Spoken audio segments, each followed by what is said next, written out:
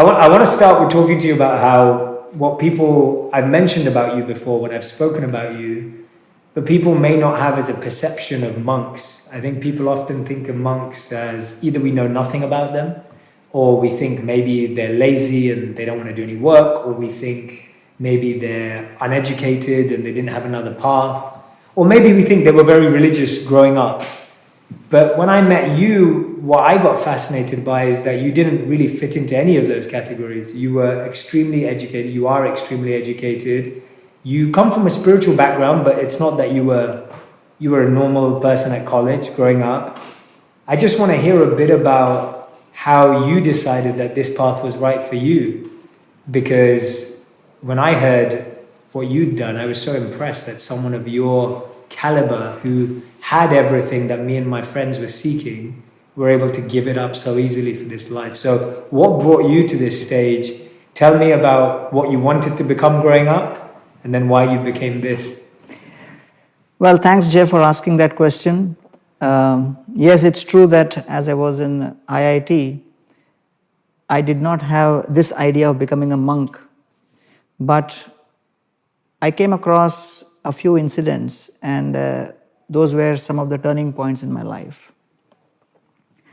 One of my friends, who was pretty well-to-do in terms of education and studies, he once attempted a suicide, and that really shook me up.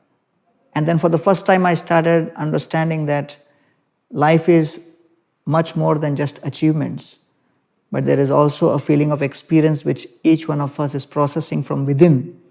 So we are improving technology, we are improving systems, but what about the human experience which is happening behind those systems and behind those machines?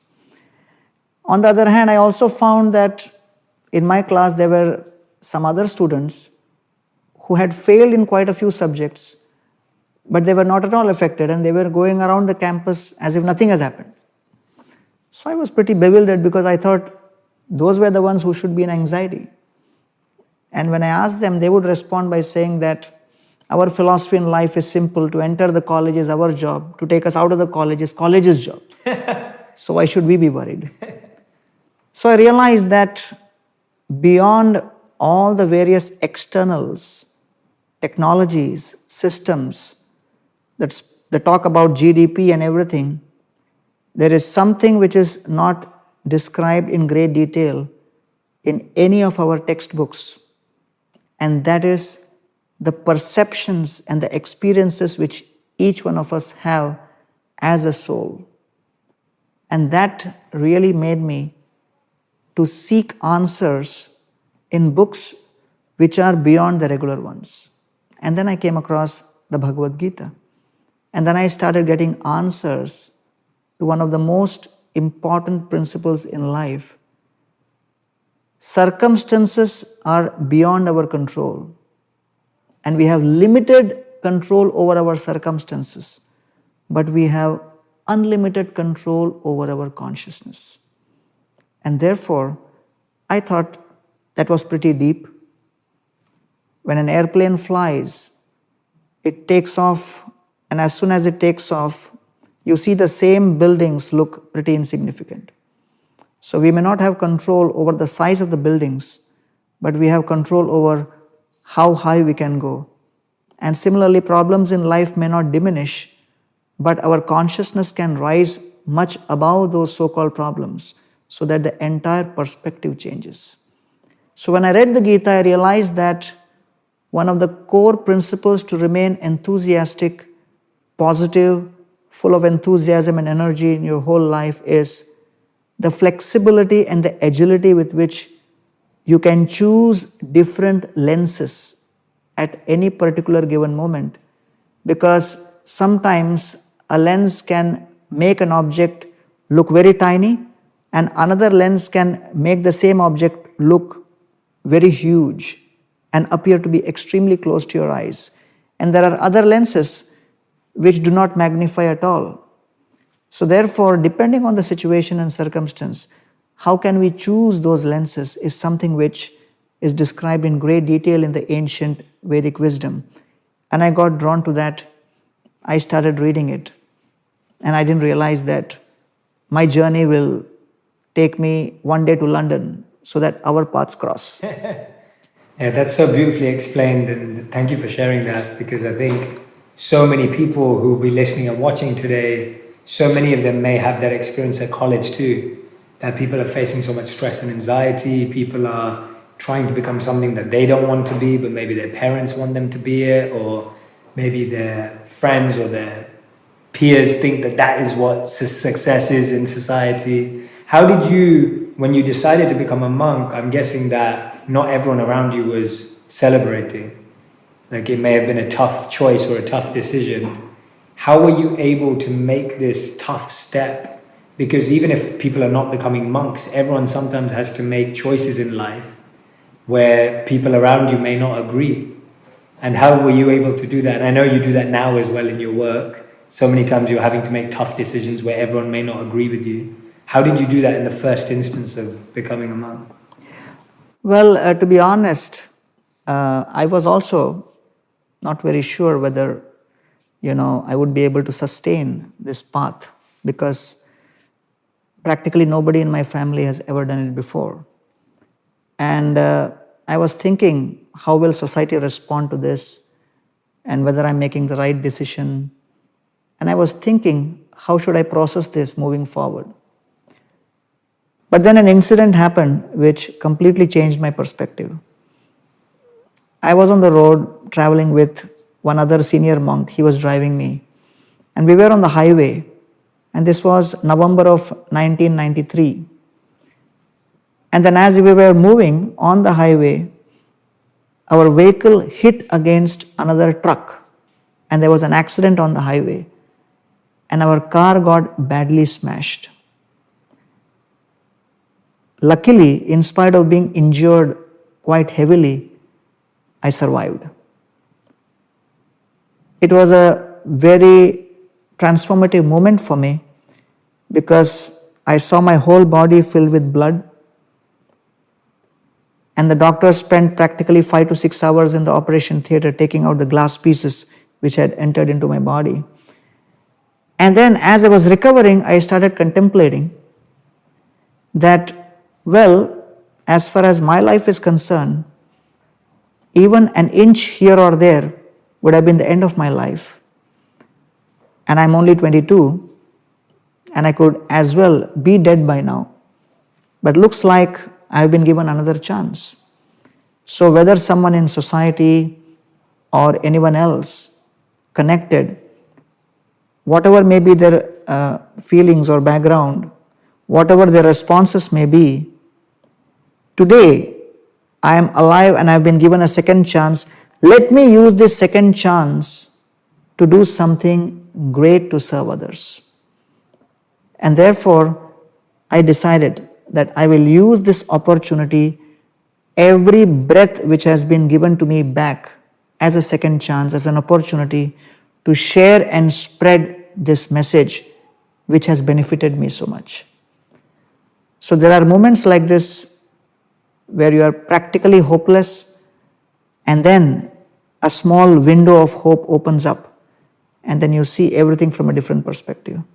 So for me, it was that moment which gave me that conviction to sustain this determination. I love that. I think we all have such similar moments in our life, whether they're near-death experiences like yours, maybe not as extreme, but I think everyone who's listening and watching right now can relate to the fact that we all get these choices in life. Sometimes it's a second chance, sometimes it's an opening or an opportunity, and we, at that point, have a choice to make. Whether we want to carry on living unconsciously and without thought or without purpose, or whether we want to live with deeper meaning and purpose like you chose. And I mean, you've really lived up to that, because I remember when I met you, and even now, like today we're sitting in an eco-village that, of course, there's been a community behind it, but you've led the development of. There's the incredible food distribution work that you've definitely been involved in spearheading, the incredible work that's happening with the community in Mumbai. You know, you've been a part of affecting thousands and thousands and millions of lives. And I think you've definitely lived up to that incredible commitment that you Thank you so much. It's really special actually, because I think that it's one thing to say those things, but to actually authentically live up to it. And I can see you're always challenging yourself to the next level. And I guess that's what I love about our path of being a monk, is that, and I was speaking about this with Radhanath Swami too, that we have self and service. So you have your own personal meditation, you have your own personal prayer and your sadhana and your practices, and then you're going and extending yourself for the world. Right. And I feel like you've found a way of using all your talents in service of humanity. So it's not that you became a monk and thought, okay, now I need to let go of this. You've actually believed that the gifts that you've been given or the talents you've been given can actually be used to help serve the world, which I think is a really important thing. Could you share a bit on that perspective and why that's important? That's a beautiful question. The word monk in the Christian tradition, it comes from the root word in Latin, monchos, which basically means solitude. And typically, monks would contemplate in solitude, but there are several monks who would also engage in community work. In the Buddhist tradition, the monks are known as bhikkhu or bhikshu.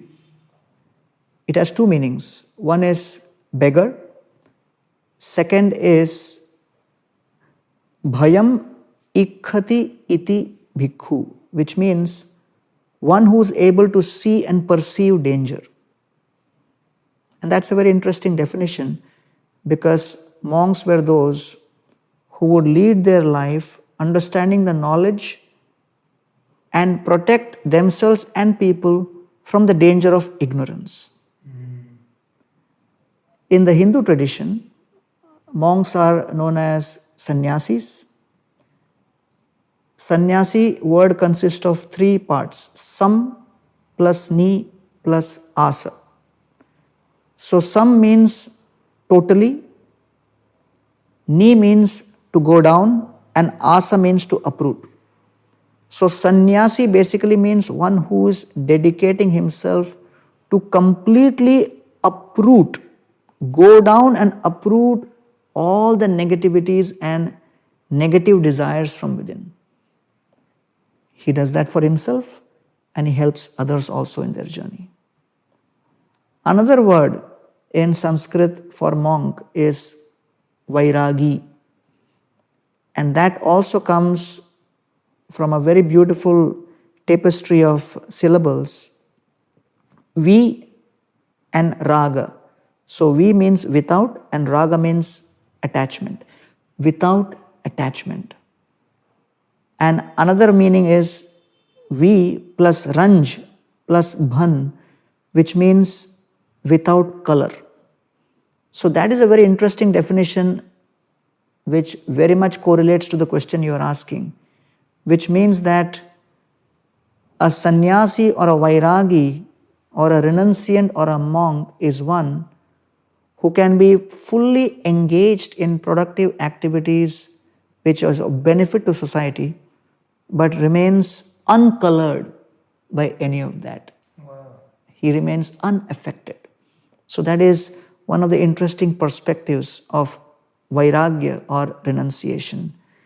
Therefore, one of the core principles in the renounced order is absorption. Absorption I would divide in two important elements.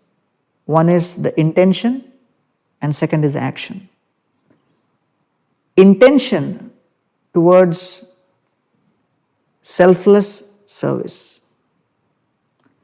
Intention towards tireless service and intention towards pleasing selflessly. So the two elements are intention and action. Monkhood is all about how we can selflessly please others and how we can tirelessly serve others. So the combination of this intention of selfless pleasing and tireless serving, it combines into giving an experience of total absorption. And that absorption is something which then expands in the form of compassion, and we include everyone else within that expanding circle of compassion and drown the whole world in peace and harmony. Now you can see why I think he's amazing. That was brilliant. I've never heard that before. I've never heard the breakdown of the words of the definition of monk in different traditions. I think that's incredible to hear that. And I think that's what I find so special about this path, is that it allows the ability to serve as well, not just to live in solitude. And that's why my next question is, I've written my book called Think Like a Monk. And the reason why I called it that is because I believe that you don't have to necessarily live like a monk to think like one.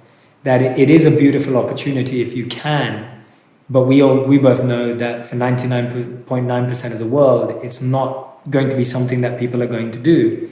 But I really believe that the mindset that a monk is encouraged to cultivate, of service, of self-growth, of removing unwanted negative tendencies and implications, these are things that anyone can do.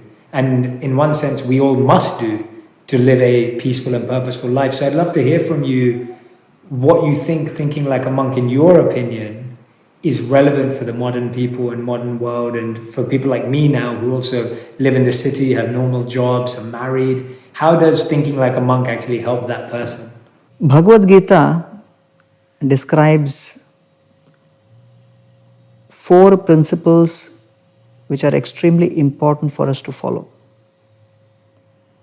One of the greatest challenges in remaining grounded in life is our inability to tolerate provoking situations. Whether one is a monk, or one is in household life, or in a corporate life, any kind of a relationship, or doing any kind of activity or occupation, we are constantly being provoked.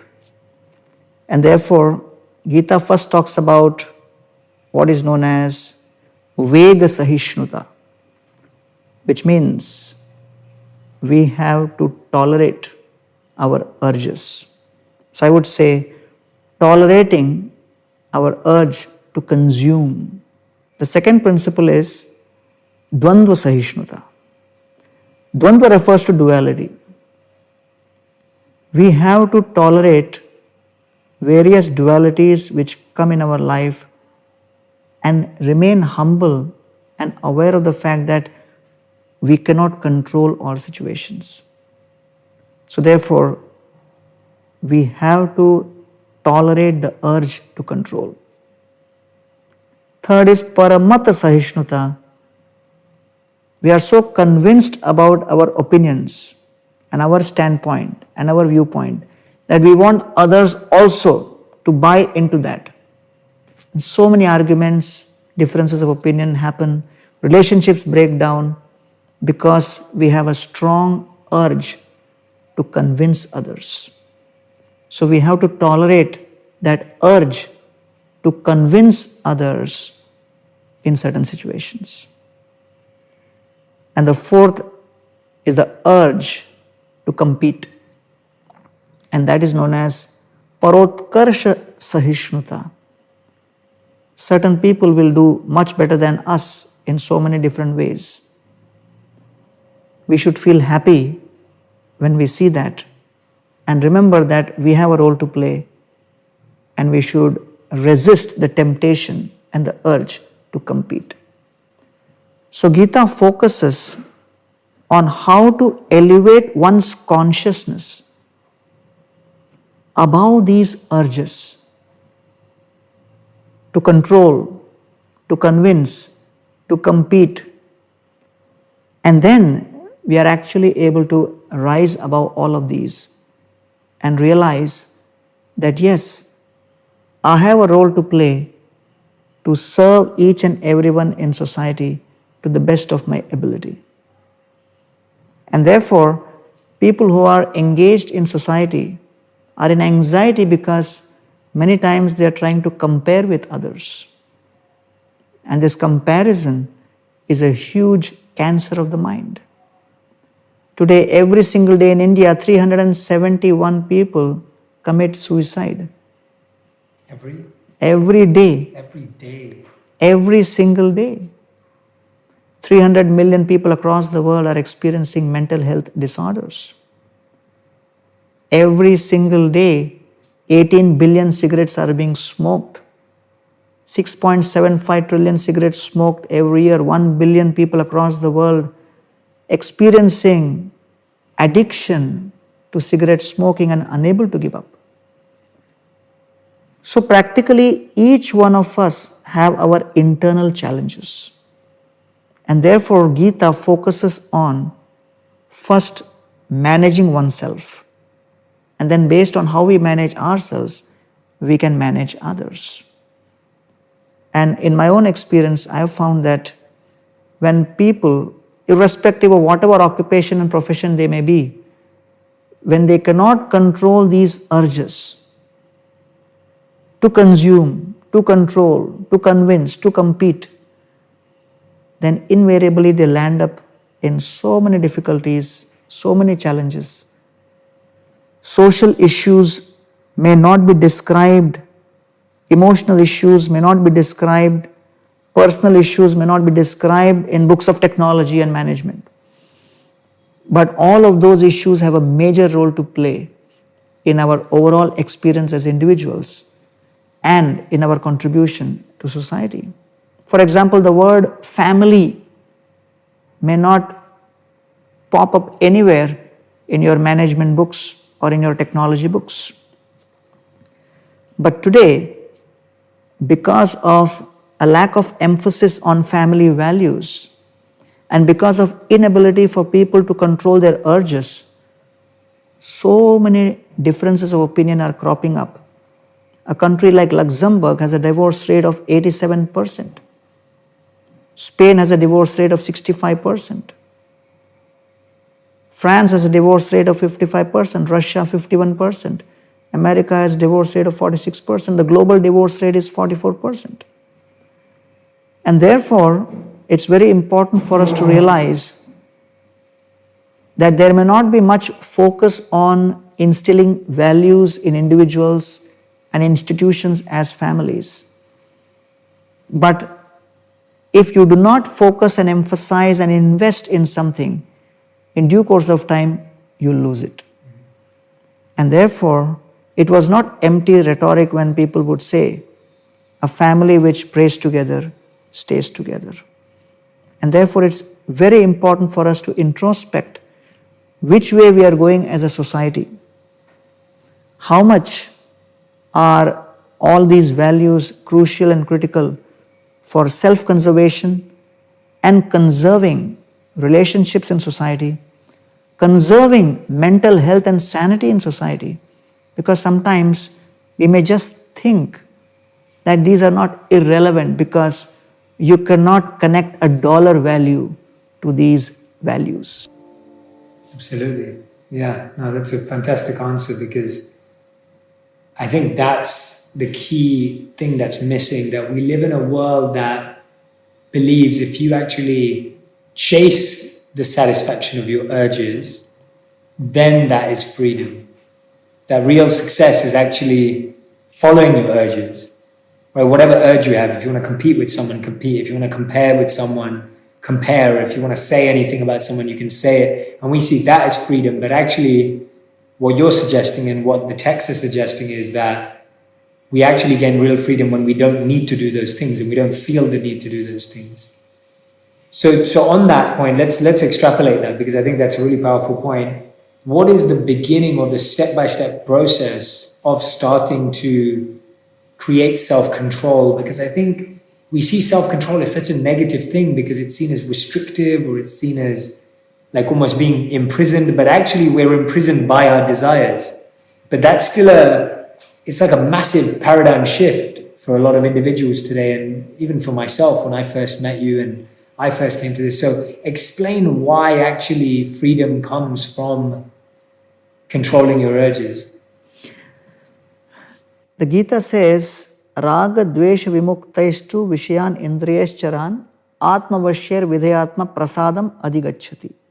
This is a beautiful verse where Krishna says that freedom from all of our base desires comes when we are able to control our mind and follow a strict discipline of applying ourselves to follow a certain regimen. The word used is regulative principles of freedom. It may sound contradictory because self-control or discipline seems to have a connotation of being bound as a prisoner. But I'll give two examples. One, if someone is flying a kite, the question is the rope binding the movement of the kite, or the rope becomes an instrument for helping the kite fly higher?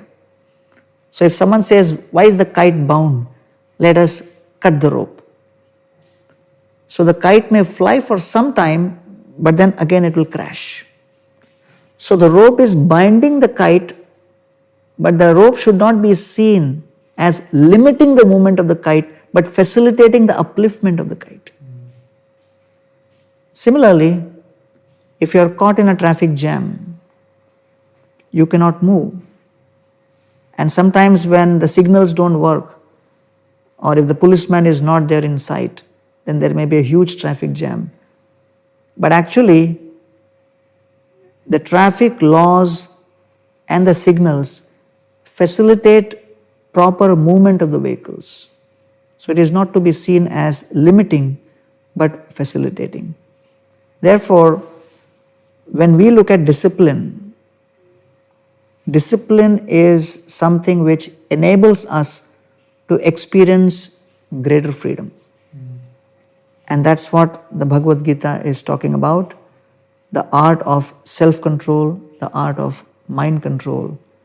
And by practicing this, each one of us will actually experience an enhancement of our consciousness. And I think we've all experienced that. I think everyone knows that when you feel like you're letting loose in the beginning, it feels good in the beginning, but then after a bit of time, it starts to feel really painful. Yeah, like for example, when the British were in India, they saw that at one point of time, maybe a century ago, the cobra population in Delhi was increasing. So they made a ruling.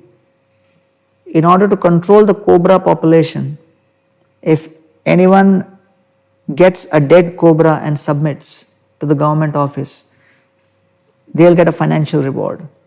And they thought by announcing this, people would go out, get inspired to kill cobras, and the cobra population would be controlled. But then quite a few people got inspired to rear cobra farms. Oh, wow. And they started rearing cobra snakes in farms around Delhi. The cobra population started increasing. When the government realized that, they scrapped the scheme. The guys who were rearing the cobras became angry, released the cobras in the city. No way. And therefore, this is known as the cobra effect, Oh, wow. I've never heard of that. where the proposed solution of a problem is worse than the original problem. And therefore, people are in distress, they are depressed, they are unhappy, and they decide, let me consume alcohol, let me take drugs, let me do this, let me do that. So various momentary titillations which they provide to their mind and their senses may sometimes increase and enhance the problem than solve it. Therefore, the submission is try to understand how the system is designed. Understand how these issues can be resolved in the best possible way within the design. And if there is a computer, it has a hard disk. If the hard disk gets a virus, then the computer just crashes. However beautiful the screen may look, but the hard disk is corrupted. Similarly, people invest a lot of time and energy building their body, building their physique, keeping themselves physically fit.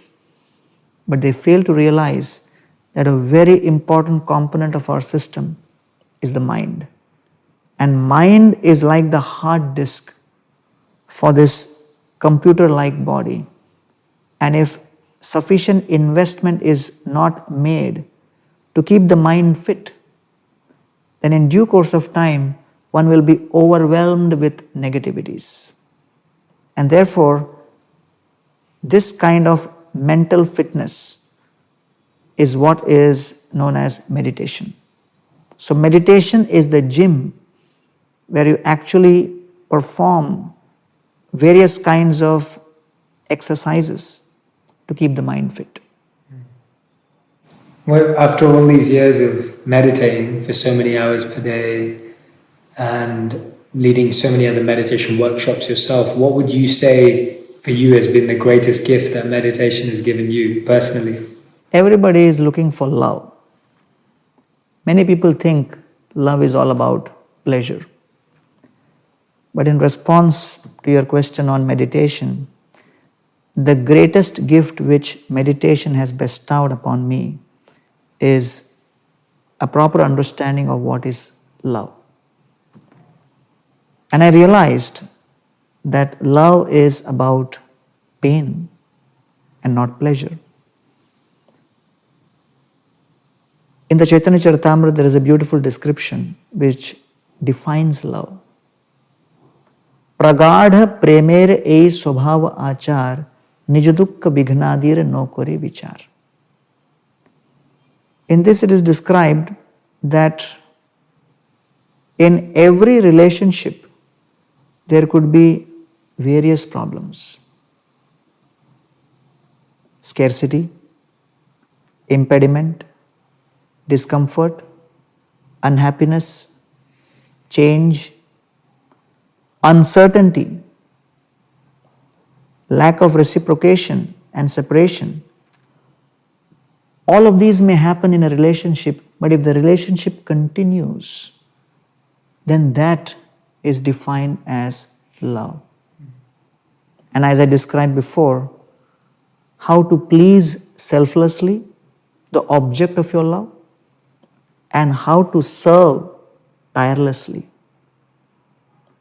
And so, in my experience, love is something which is extremely rare, extremely valuable, and extremely difficult to process unless we are willing to put ourselves through a system of purification. And then when we purify ourselves, then lust, which is like iron, transforms into love, which is like gold. So in my experience for several years, meditation has really given me an entrance into this arena of a totally new paradigm of what love is, which scriptures describe as devotional service. Service without any selfish considerations. I share this example that when we began our Govinda's restaurant in our Chopati temple many years ago, we decided that we will have pizza. And it was Radhanath Swami's idea to have pizza. This was 2004. And we were not really experienced in making pizzas. And, some of us used to make our own version of pizza, which was, take a couple of loaves of bread and put some tomato ketchup and have some fried vegetables. And it was what we would call as pizza. And we thought that is it. So when Maharaj said we should have pizza, I mentioned to him, I don't think this is an item which we can sell in a restaurant. And he looked at me and said, which pizza are you referring to? The one which you guys feed me? I said, that's what pizza we know. And he looked at me and said, that which you feed me is not pizza, it's a perverted reflection of pizza. And then we had someone come from New York and he gave us the entire recipe of an authentic Italian New York pizza, thin crust. And for the first time in life, I saw artichoke hearts. And I didn't know any of this, and I was initiated into appreciating what a pizza is. So the word pizza was being used by us, but the experience was something else. The word pizza remained the same, but we were ascribing or superimposing the word pizza on some other product which was giving a different experience. The whole world is speaking about love. Songs are being sung by movie actors and actresses and singers and rock stars about love. Novels are being sold in the millions, which are centered around the theme of love. But all of these descriptions are referring to an experience of selfish personal pleasure.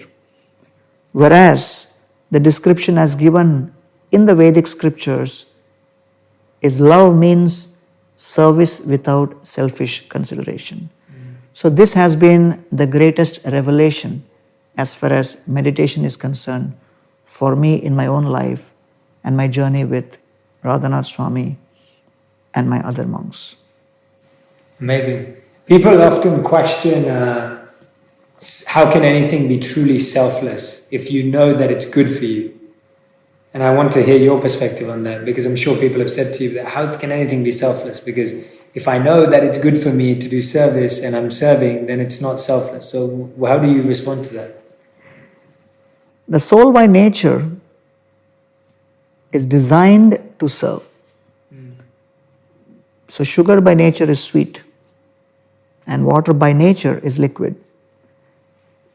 So when we perform an activity and function which is as per nature and as how it has been designed, one experiences harmony, and that harmony produces the greatest efficiency.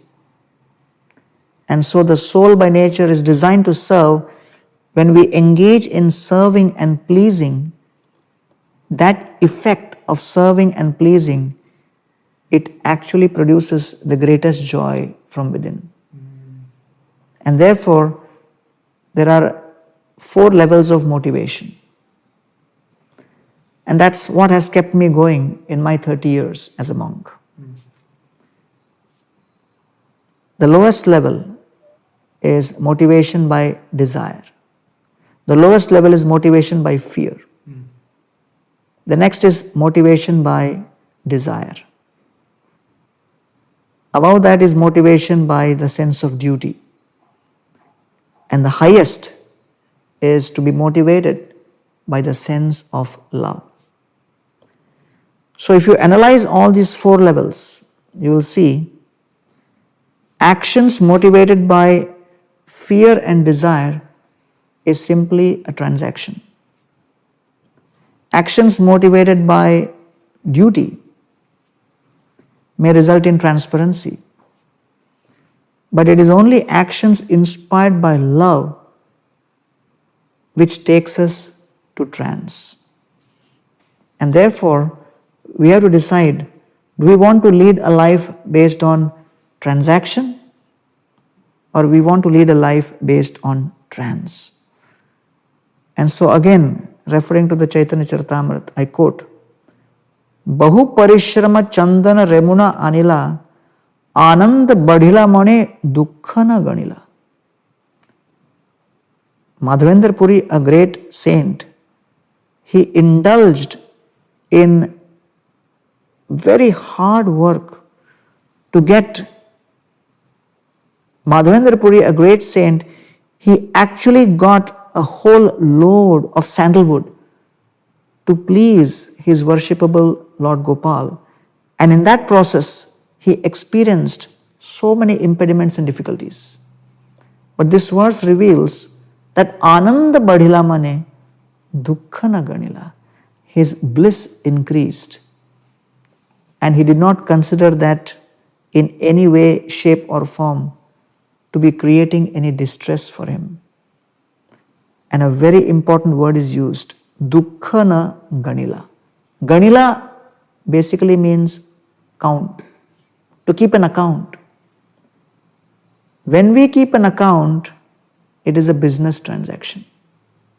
When we are serious about something, when we mean business, we keep account. If I lend money to someone, and if I am running a business, so I keep account of how much I have earned, how much I have spent. If someone is intent upon losing weight, they count their calories. So whenever there is seriousness and business-like dealing, the principle of keeping account comes.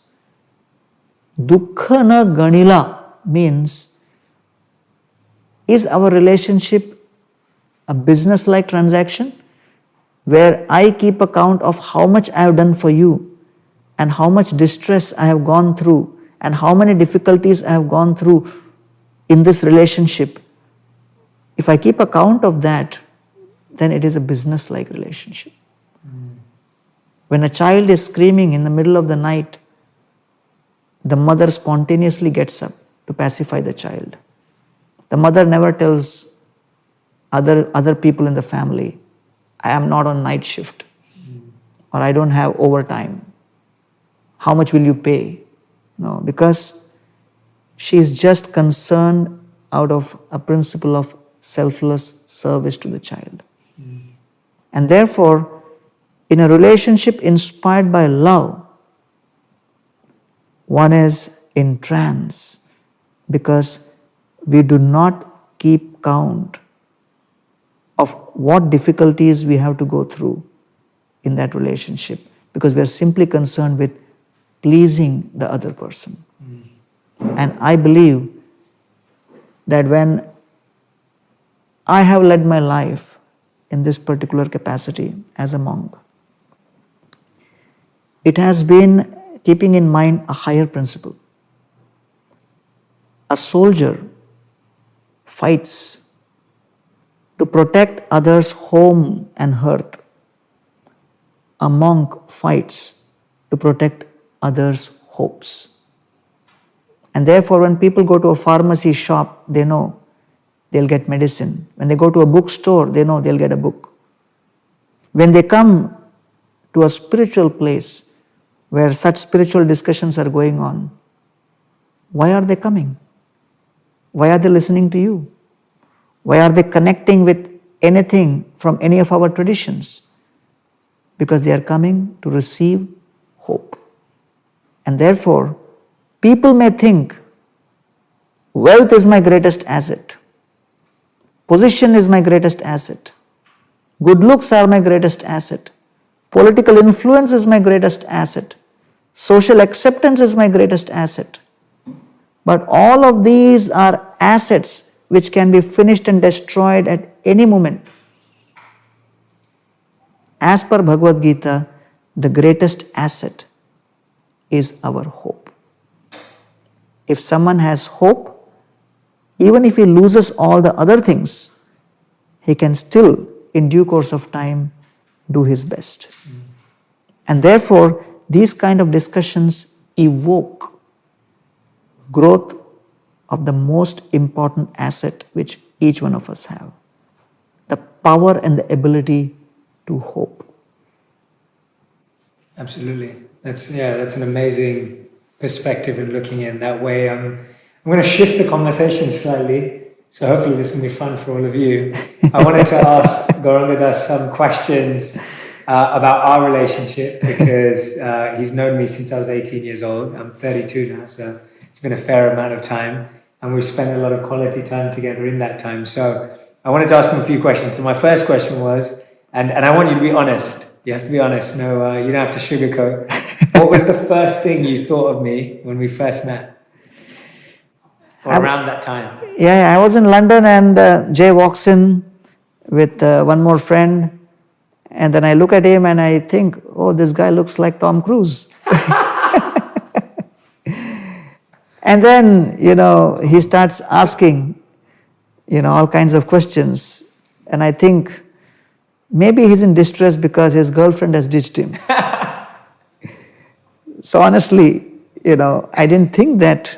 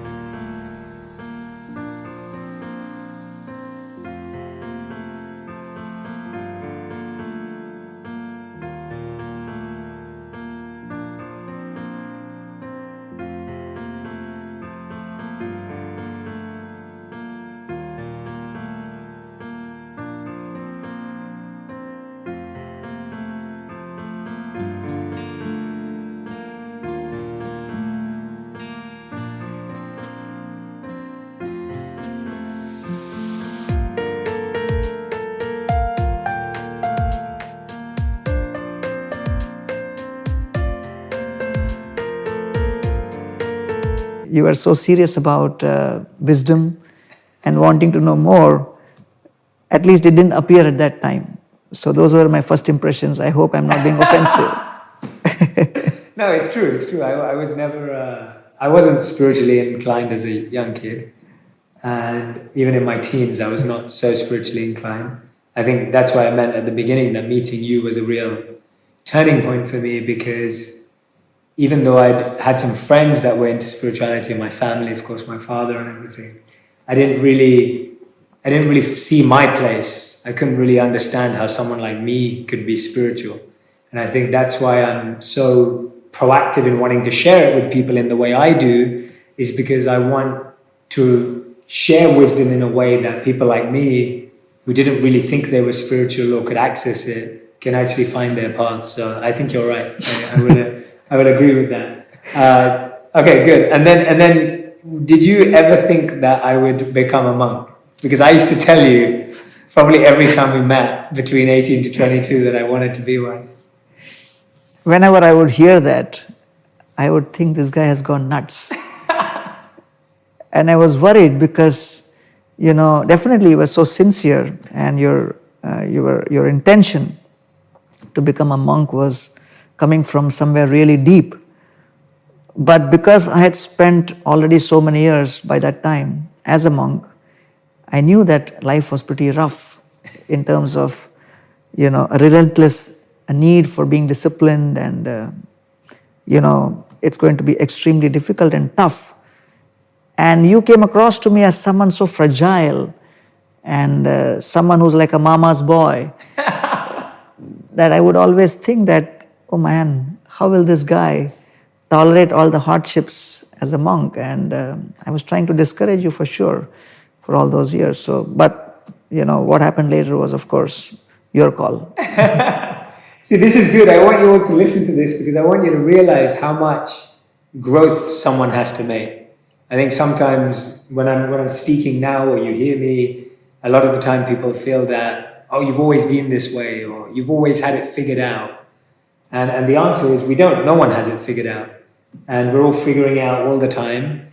And emotionally we change as well. I was definitely, I think when I first met you, I don't think I was thick-skinned. I don't think that I was resilient. I think I was fragile emotionally. I think I was very sensitive. Like, all of these things were, and I was 18 years old, so should I really put myself under pressure to be more? Maybe not, because you're only 18 years old. But now when I look back and I think about how I've been able to grow and change, it's fun to see it from that perspective. It's fun to look in the mirror with someone that has known you for a while and realize how far you've come. And for you to see how far anyone can come as well, including yourself. So, okay, that's good. And then when I became a monk, then we traveled together as well. What did you think during that time? What was your thoughts? Were they changing? Did I impress you? Did I prove you wrong? Or where did it go from there? No, I must be very honest that, I never imagined that, you'll come to where you are today. Because at that point of time, I remember so many times you would break down and cry, and I was wondering that how will this guy survive his years as a monk? And I still cry. if someone had told me that one day this boy is going to become a social media celebrity, I would have said, good luck. But I definitely was impressed, number one, with your sincerity in wanting to know and learn. So I think that was a very, very important value system, an attitude which you had even then, an eagerness to know and learn, which was so sincere that I remember that in all our travels, one thing which struck me was how precisely you would keep notes. I don't know if you still have those notes. Only when you were class. I still have them from then. But what struck me more was you have one of the neatest and the most beautiful handwritings. And I don't know whether, those who are following you really have seen your handwriting. but it's mind-boggling. And I still remember that, although I have not seen it for a long time. But the way you would capture the notes was very inspiring, because it was very clear that you were wanting to understand very systematically all of that wisdom. And it has been an amazing experience to see how all of that unfolded in due course of time. Another thing I would like to share is that in our travels, I could also see a very deep urge within you to share this wisdom. And that was pretty obvious, because I was the speaker and so many people would come around and I would not have time to speak to all of them. But you would immediately start sharing wisdom with others just after the event. And that irresistible desire to share the knowledge and wisdom and help others was something which I observed even then. And also, that desire was so strong that you would see best practices happening in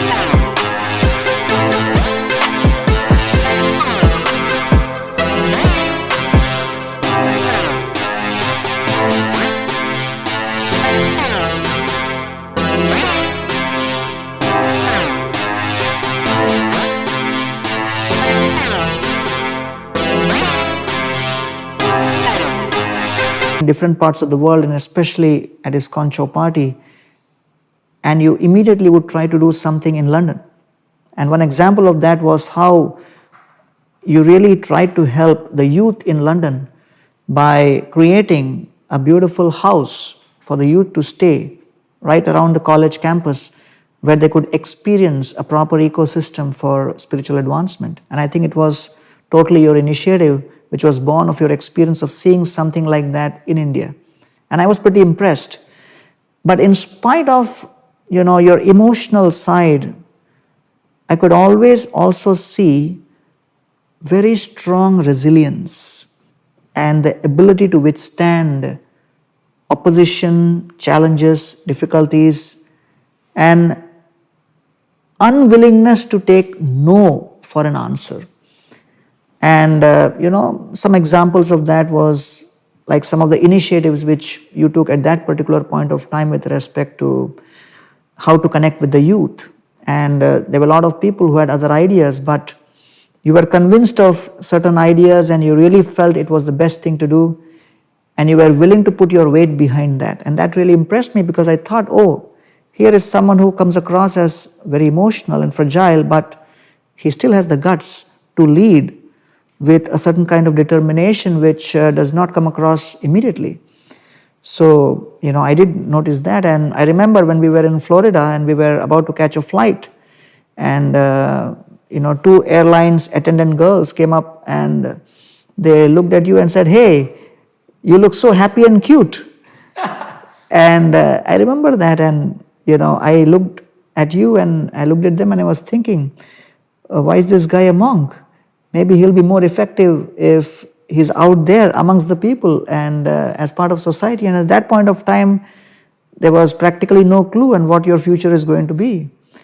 But I could see that you had a tremendous ability to connect with people and reach out to people in ways which were pretty deep and something which not everybody could do.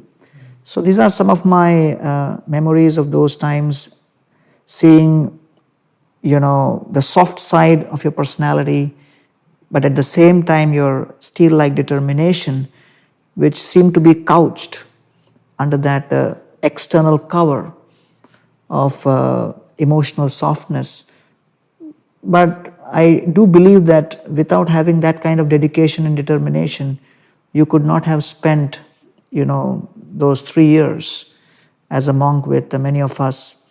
And I remember, putting you through the grind in the kitchen, in front of a blazing fire. We would be cooking and you would be assisting. And even while the construction of this eco village was happening, you were out there in the sun helping with bringing various materials and assisting. But all through all of these, the common thread which I saw was you had an enthusiasm and a zeal to serve. And that, I feel, is a very, very important character element which has really brought you to where you are. And I'm so glad that, millions of people who are connecting to you are extremely fortunate